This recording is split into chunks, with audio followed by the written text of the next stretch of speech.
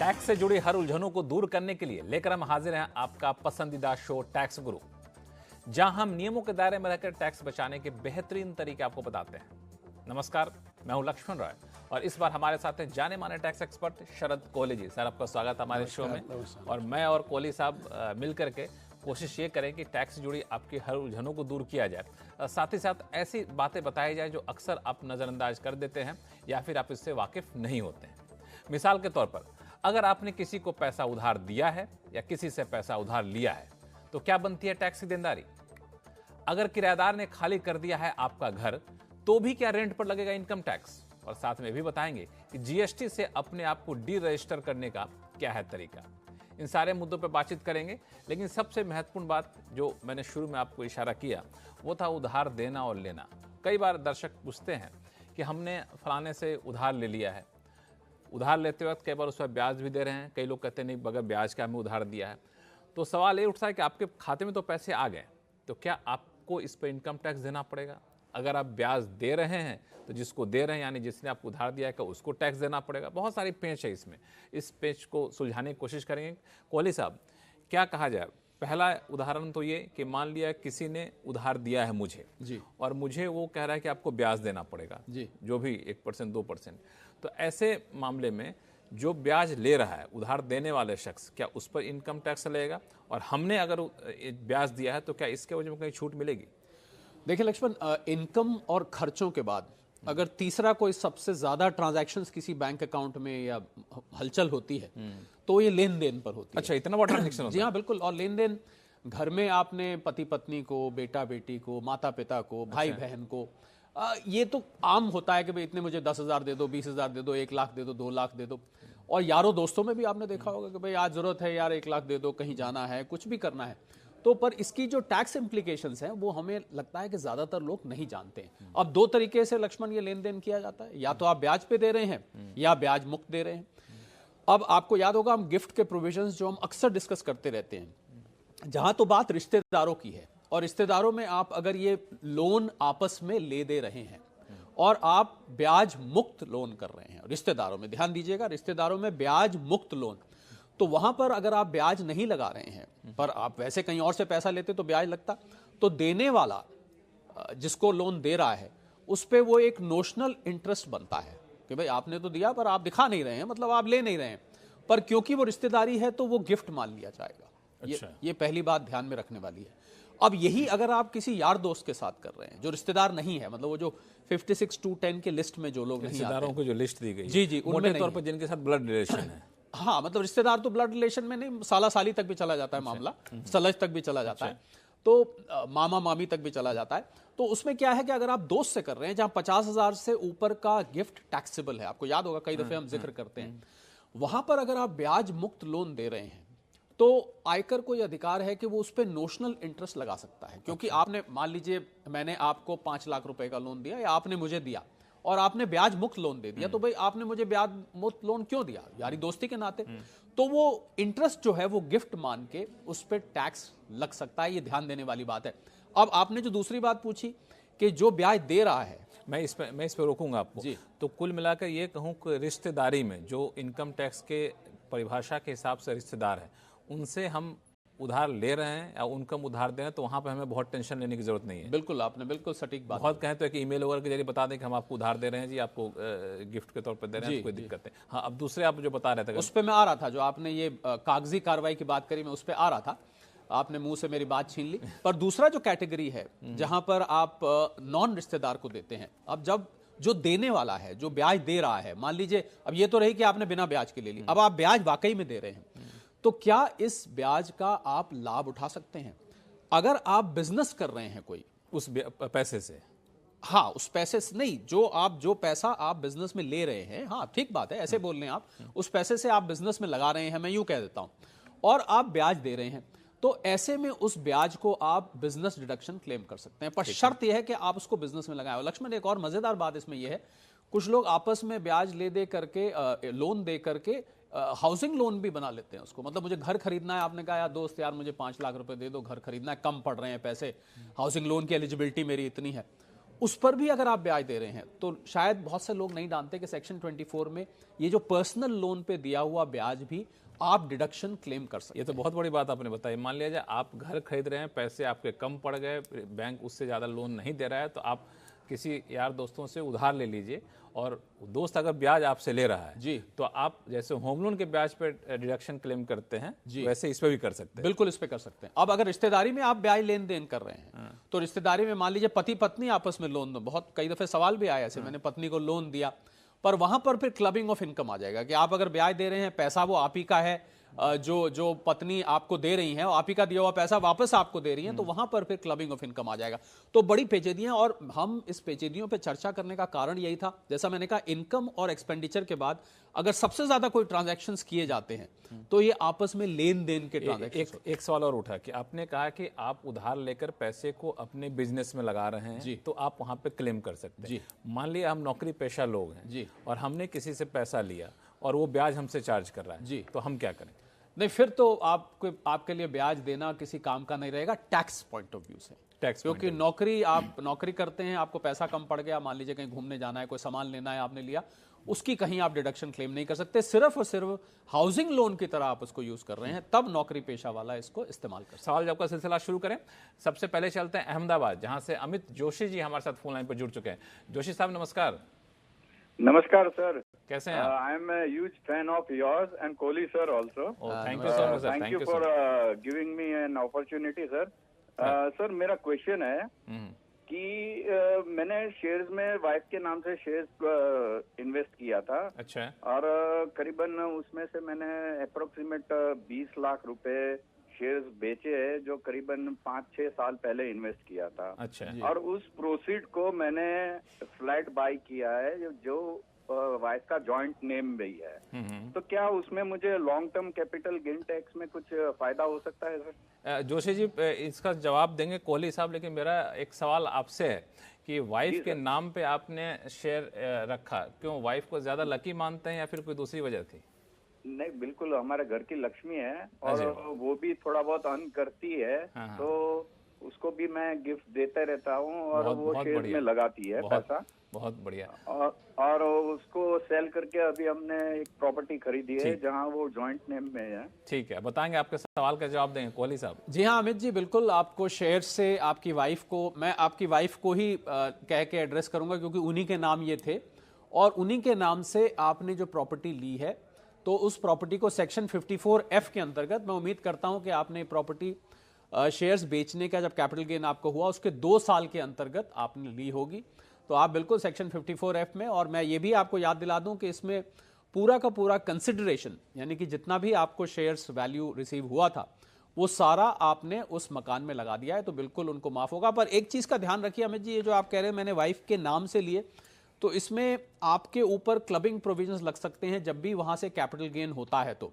तो ये आपको इसमें थोड़ा सा पेच ये है, क्योंकि आपने कहा कि आपने वाइफ के नाम से लिए, तो इससे लग ऐसा रहा है कि पैसा आपका है पर आपने लिया वाइफ के नाम था, तो कैपिटल गेन भी कायदे से जो होता है वो आपके सिर पे माना जाता है। तो पूछ ही लेते हैं ना, फोन पे बने हुए अमित जी। उसमें क्या है कि मैंने वाइफ को पैसा दिया था और उसी के अकाउंट से पैसा शेयर्स में गया हुआ है सर। जी नहीं, वो तो ठीक है, वो तो ठीक है, पर क्योंकि अगर आपने वाइफ को गिफ्ट किया था और जो गिफ्ट किया था तो पैसा क्योंकि आपका है, तो कैपिटल गेन भी सेक्शन 64 है एक अमित जी आयकर में, जिसमें क्लबिंग होती है कि जब वाइफ का सेल्फ अर्न्ड इनकम नहीं है, आपने उनको पैसा दिया है, तो उससे आने वाली जो कमाई भी होगी वो भी आप ही के सिर पर जाके जुड़ेगी। पर क्योंकि आपने जॉइंट नेम में लिया है, तो मुझे लगता है आपकी ये समस्या का काफी हद तक समाधान हो रहा है। ध्यान ये रखिएगा कि आपका जो नाम है, जो आधा नाम है, या आपका क्योंकि क्लबिंग है तो पूरा भी चल जाएगा, पूरा का पूरा कंसिडरेशन इसमें इन्वेस्ट होना चाहिए, इस बात का ध्यान रखिएगा। अच्छा कि आपने जॉइंट नेम में लिया, इससे यह समस्या लक्ष्मण कुछ हद तक इनकी समाधान हो जाता है। कोहली साहब एक सवाल ये कि ठीक है वाइफ को गिफ्ट दिया, वाइफ के से जॉइंट नाम पे अकाउंट लिया, लेकिन कई लोग क्या करते हैं कि घर खर्च के तौर पे वाइफ को पैसे देते रहते हैं, उसी में से वाइफ ने कुछ पैसा बचा लिया और 6 महीने बाद अच्छी खासी रकम हो गई, उससे शेयर खरीद लिया, उस इनकम को क्या कहेंगे? वो पैसा काम का है लक्ष्मण, वो उसको हम पिन मनी कहते हैं। पिन मनी कहते हैं। ये जो पैसा इस तरीके से बच जाता है उस पर क्लबिंग प्रोविजन अप्लाई नहीं होते हैं। तो ये बहुत अच्छा आपने सवाल पूछा। जी हाँ, घर खर्च में से अगर गृहिणी पैसे जोड़ कर और एक अच्छी खासी पूंजी बना लेती है। बाय द वे सभी गृहिणियां करीब करीब ऐसा करती हैं। उनका वो उनकी आपका आदत होती है। वो नहीं, वो अच्छी आदत है। और वो आपका सेल्फ अर्नड माना जाएगा। वो पिन मनी उसको कहते हैं, वो क्लबिंग प्रोविजन से बाहर रहता है। चलिए, ये भी एक बड़ी काम की बात है, इसका ध्यान रखिएगा। और अब चलें उड़ीसा, जहां बालासोर से हमारे साथ हैं चंद्र प्रकाश भरतिया जी। क्या उलझन है, कैसे टैक्स गुरु आपकी उलझन को दूर करें? 17 तारीख को आपका प्रोग्राम देखा था, उसमें कोहली जी ने एक बात कही थी, मैं एक एंटरप्रेन्योर हूँ और एक मैं अपनी इंडस्ट्री चलाता हूँ। अच्छा। तो एक उन्होंने एक प्रोविजन कहा था कि अगर एक एम्प्लॉय को एक एम्प्लॉयर या कंपनी कुछ electronic gadgets such as mobile phone या लैपटॉप खरीद के देती है तो वो उसका इनकम में ऐड नहीं होगा। इस तरह की शायद आपने कुछ प्रोविजन बताया था। हम लोग डिटेल में चर्चा की थी, बिल्कुल आप सही कह रहे हैं जी। तो मेरा एक क्वेरी इसके विषय में था, अगर एम्प्लॉय खुद खरीदता है और उसका रीइंबर्समेंट लेता है तो क्या फिर भी ये प्रोविजन उसका बेनिफिट मिलेगा? चंद्र प्रकाश जी, बहुत अच्छा आपने सवाल पूछा है। परक्विजिट की जो डेफिनेशन है, सेक्शन 17 है लक्ष्मण, उसमें वो ये कहता है कि एम्प्लॉयर ने अपने नाम से इसको खरीदा हो। अगर एम्प्लॉय इस गैजेट को खरीद रहा है, लैपटॉप है, मोबाइल फोन है, कुछ भी गैजेट है, तो फिर ये परक्विजिट की डेफिनेशन से बाहर हो जाता है, क्योंकि फिर तो एम्प्लॉय ने खरीदा और उसने बिल दिया कि साहब मुझे रीइंबर्स कर दीजिए, तो वो फिर कुछ अलाउंस की शेप ले लेता है। मतलब अलाउंस तो नहीं है, पर अलाउंस की शेप ले लेता है। तो इसलिए चंद्र प्रकाश जी, आपका डाउट बिल्कुल ठीक है। ये अगर एम्प्लॉय अपने नाम से खरीदेगा और बिल दे के बाद में पैसा ले लेगा, तो फिर ये परक्विजिट की जो एग्जेम्पशन, जिसका मुझे याद है, जो मैंने पिछला एपिसोड किया था उसमें मैंने जिक्र किया था, फिर ये लाभ नहीं मिल पाएगा। एम्प्लॉयर को अपने नाम से खरीद के अपना एसेट बनाकर एम्प्लॉय को इस्तेमाल के लिए देना चाहिए, और इस्तेमाल भी मिक्स्ड यूज होना चाहिए लक्ष्मण। मतलब कंपनी के लिए भी लैपटॉप है, यूज हो रहा है, और एम्प्लॉय अपने लिए भी यूज कर रहा है, मोबाइल फोन भी, दोनों तरीके से इस्तेमाल हो रहा है। तो ऐसे में आप इसका परक्विजिट एग्जेम्पशन ले सकते हैं। एम्प्लॉय के नाम बदकिस्मती से ये नहीं मिलेगा, ये कंटेस्ट किया जा सकता है। चंद्र प्रकाश जी, अब तो कोई कंफ्यूजन नहीं है? इनकम में ऐड हो जाएगी, अगर मैं रिइंबर्समेंट लेता हूं तो मेरे इनकम में ऐड हो जाएगी जी। एम्प्लॉय की इनकम में ऐड हो जाएगी। जो एम्प्लॉय इसका रिइंबर्समेंट ले रहा है उसकी इनकम में सैलरी की तरह, सैलरी के साथ वो एडिशन हो जाएगी। ब्रेक के बाद एक बार फिर से आपका स्वागत है। आप देख रहे हैं टैक्स गुरु, और आपके सवालों का जवाब देने के लिए हमारे साथ बने हुए हैं जाने माने टैक्स एक्सपर्ट शरद कोहली साहब, जो इस वक्त हमारे साथ स्टूडियो में। कोहली साहब, पिछले 2-3 हफ्ते से ये खबर बड़ी चर्चा में रही है, वो है कि लोग फर्जी पैन दे करके HRA क्लेम कर रहे थे। तो कैसे फर्जी पैन दिया, कैसे बचें, सारी चीज़ें हम लोगों ने चर्चा कर ली। लेकिन एक नई दुविधा सामने आ गई है। हुआ क्या है, कई लोग पैन दे दिया, वो पैन किसी का अनजाने में कुछ भी नंबर डाल दिया, चलो HRA क्लेम करना है, लेकिन जिसका पैन डाला उस बेचारे को किराया तो मिला नहीं, लेकिन उस पास नोटिस जरूर आ गया है। ऐसे बहुत सारे केस आए हैं कि जिसका पैन आपने डाल दिया जानबूझकर, गलती से, या फिर जो भी मकसद आपका रहा हो, उस पास आ गया किराए का नोटिस कि इनकम टैक्स कि आपने, आपका पैन डाला हुआ फलाने किराएदार ने दिया है, आपके पास तो पैसे आए होंगे, इनकम टैक्स क्यों नहीं दिया? अब ऐसे लोगों के पास नोटिस आ गया है तो क्या करें उनको? देखिए, बार बार हम तो चेतावनी देते रहे हैं कि जो भी टैक्स पेयर्स हैं, खासकर एम्प्लॉयज़ जो हैं, उनके लिए था कि भाई आप HRA रिसीट, जो नकली रिसीट होती है, या किसी को ऐसे ही आप मत दिखा दीजिए मकान मालिक। अब कुछ लोगों ने फिर भी दिखाया, और हज़ारों में ऐसे लोगों की गिनती है। अब जिन लोगों का पैन, क्योंकि आप जब बताते हैं HRA क्लेम करते टाइम तो आपको पैन डालना होता है, तो उन्होंने, अब पैन एक्चुअली तो कोई था नहीं लैंडलॉर्ड, तो उन्होंने पैन ऐसे ही कोई पैन रैंडम उठाया या ढूंढा और उसका डाल दिया। अब जिनका था उनके पास नोटिस आ गए, तो अब उनके पास नोटिस आए हैं तो उनके लिए तो ये बिन बुलाई मुसीबत है लक्ष्मण। इस बात को तो आप मानेंगे कि उनका बेचारों का कोई लेना देना नहीं है, पर समस्या ये है कि उनको बाकायदा नोटिस का जवाब देना पड़ेगा, क्योंकि अब उनका पैन लॉटरी सिस्टम में किसी ने निकाल के डाल दिया है, तो उसको अब जवाब तो देना पड़ेगा। तो उन लोगों के सामने हम उनको सलाह दे देते हैं कि उनको क्या करना है। एक तो आपको प्रूव करना पड़ेगा कि मेरा वाकई इन किराएदार साहब से कोई लेना देना नहीं है, मैं कहीं कोई मकान मालिक नहीं। कैसे प्रूफ करेंगे? तो एक तो आप अपनी बैंक स्टेटमेंट दीजिए। अच्छा, बैंक स्टेटमेंट बोलेगी कि आपके पास किराया नहीं आ रहा।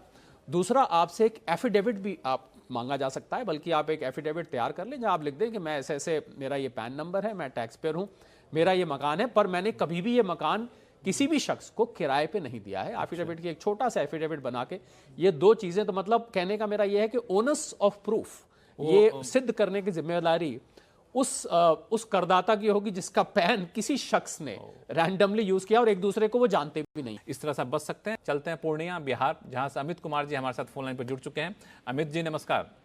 नमस्कार। कैसे हैं आप? नमस्कार सर। हाँ जी बिल्कुल ठीक है सर। बताएं क्या सवाल है आपके पास?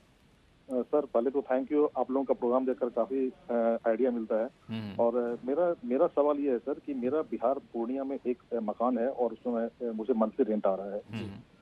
मेरा एक कलकत्ता में भी मकान है और वो अभी खाली पड़ा हुआ है जी। अभी मैंने दिल्ली में एक फ्लैट परचेज किया है, तो मुझे जानना है कि क्या कलकत्ता के फ्लैट जो अभी खाली पड़ी हुई है उस पर मुझे क्या नोशनल रेंट पर टैक्स देना पड़ेगा या नहीं देना पड़ेगा? बहुत अच्छा सवाल है ये, कई लोग इस चीज का ध्यान रखते नहीं है। जी हाँ, हमें बिल्कुल लक्ष्मण, आप देखिए एक जमाना था जब सर पे छत की बात करते थे, आजकल तो 2-2, 3-3, 4-4 घर का जमाना है और वो छत बोझ भी बन रहा है। ये देश की प्रॉस्पेरिटी की निशानी है। तो ऐसे में अमित जी क्या होता है कि 2 से ज्यादा जब आप घर रखते हैं तो उस पे आयकर विभाग एक तीसरे पर नोशनल रेंट लगाता है। पहले ये एक ही था, अब आपको 2 रखने अलाउड हैं, तो तीसरे घर पर नोशनल रेंट लगेगा। अब नोशनल रेंट क्या होता है? जो उस एरिया की म्युनिसिपल वैल्यूएशन आती है किराए की, मतलब उस एरिया में, अगर मैं आसान भाषा में कहूं तो उस एरिया में वैसे ही मकान पर, उतने ही कमरे के मकान पर, उसी लोकेशन पर कितना रेंट चल रहा है वो किराया आपको डिक्लेयर करना पड़ेगा। तो बिना रेंट कमाए भी 2 से ज्यादा घर रखने पर अमित जी आप तीसरा घर अपने आप चूज कर सकते हैं। आप कौन से घर को आप दिखाना चाहते हैं, उसका किराया आप उस इलाके का निकाल लीजिए और उसको आप इनकम फ्रॉम हाउस प्रॉपर्टी में आपको दिखाना पड़ेगा। तीसरा घर होने पर 2 तक तो माफी है, पर तीसरे पर आपको उस पर इनकम फ्रॉम हाउस प्रॉपर्टी के अंतर्गत इनकम दिखाकर टैक्स देना पड़ेगा। अमित जी क्या विचार? कंफ्यूजन कोई? हेलो जी बताएं। सर पूर्णिया की जो प्रॉपर्टी थी जिस पर मुझे 4000 रुपीज पर मंथ टैक्स मिल रहा था रेंट, मैं उस पर टैक्स पे कर रहा था। जी अमित जी, वो 4000 तो आप देंगे ही देंगे, वो तो इनकम फ्रॉम हाउस प्रॉपर्टी में वैसे ही आएगा।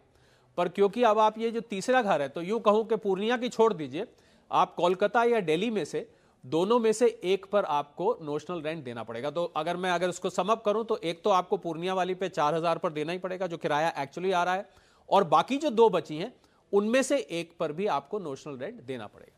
अब चलते हैं गुरुग्राम यानी गुड़गांव, जहां से यूके अरोड़ा जी हमारे साथ फोन लाइन पर जुड़ चुके हैं। अरोड़ा साहब नमस्कार।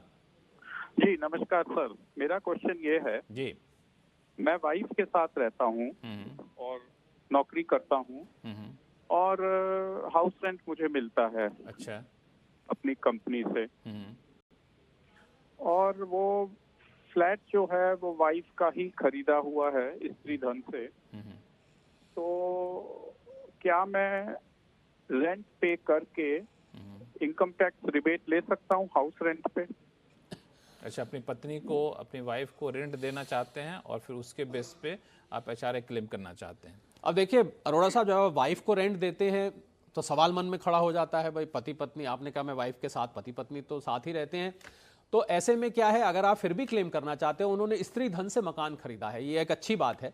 तो आप बोला है स्त्री धन, जी बिल्कुल बिल्कुल, वो पिन मनी जिसकी बात हो रही थी, या जो उनका अपना कलेक्ट किया हुआ पैसा है, तो ये बाकायदा बैंकिंग ट्रांजैक्शन के जरिए अरोड़ा साहब जाना चाहिए उनके अकाउंट में, और आपकी वाइफ भी उसको इनकम फ्रॉम हाउस प्रॉपर्टी में बाकायदा उसको दिखाए, मतलब आपके अकाउंट से उनके में जाए और वो इनको बाकायदा हाउस प्रॉपर्टी दिखाए, तो फिर ये संभव है। बल्कि एक रेंट एग्रीमेंट भी आप अपनी वाइफ के साथ लिखना चाहते हैं तो आप वो भी लिख के रख सकते हैं। उसमें मैं सोच रहा हूँ लक्ष्मण, ये भी लिखा होता है किराया नहीं देंगे तो खाली करवा लिया जाएगा, तो वो सब क्लॉज कैसे आएंगे बाकायदा, ये तो हल्की फुल्की बात रही, पर हाँ बिल्कुल आप इसको कर सकते हैं अगर आप इन सावधानियों को ध्यान में रखें तो। लेकिन एक चीज मुझे लगता है कि ध्यान में रखना चाहिए कि ऐसे हालात में इनकम टैक्स की नजर पड़ेगी, इससे अब बचना मुश्किल है।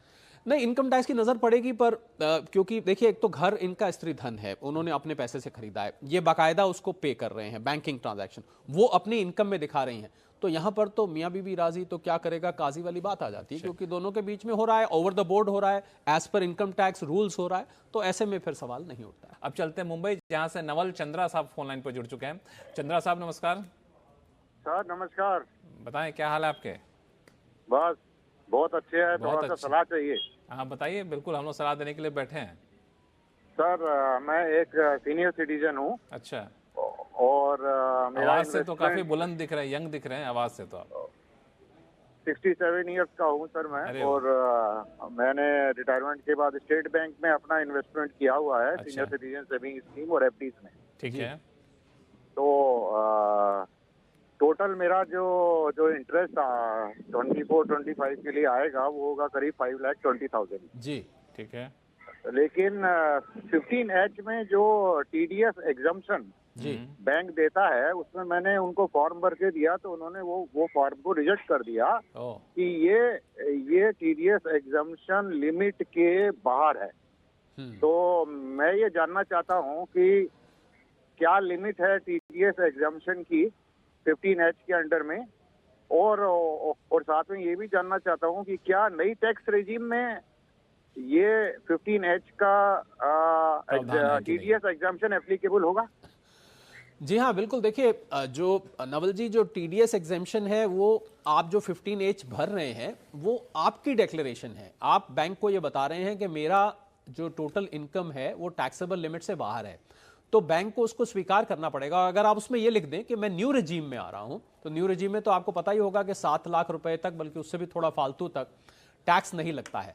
तो आप अपने 15H में ये लिखें। और बैंक का मुझे लग रहा है ये कहना ठीक नहीं है कि वो न्यू रेजिम को एक्सेप्ट नहीं करते हैं।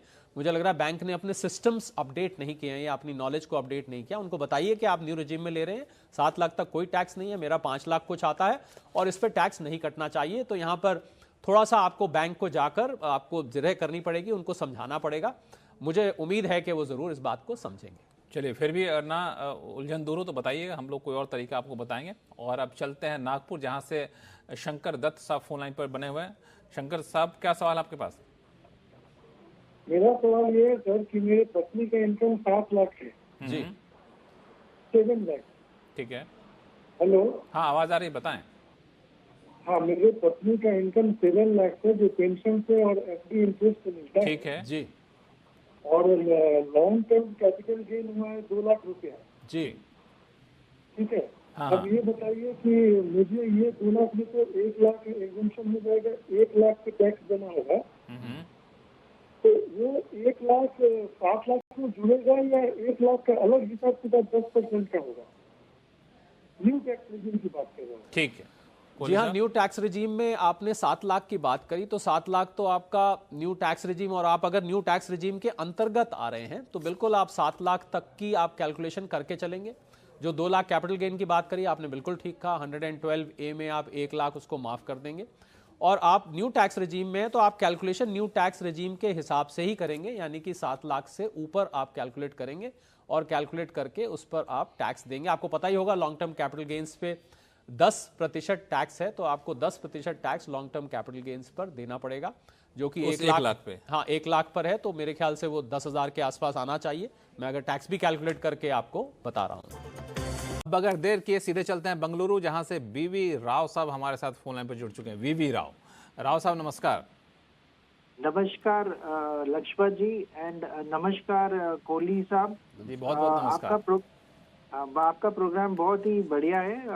मैं रेगुलर व्यूअर है इसका। Thank you so much. Thank you. अच्छा, मेरा क्वेश्चन ये है कि कुछ मेरा ज्वेलरी का बिजनेस था, तो वो कुछ क्लोज डाउन हो गया है बिकॉज कुछ पर्सनल रीजंस की वजह से। तो अभी जो लायबिलिटीज है वो सारा पे हो चुका है। तो मेरा क्वेश्चन ये था कि क्या हम फाइनल रिटर्न उसका फाइल कर सकते हैं क्या, डी रजिस्टर करने के लिए उसको GST से?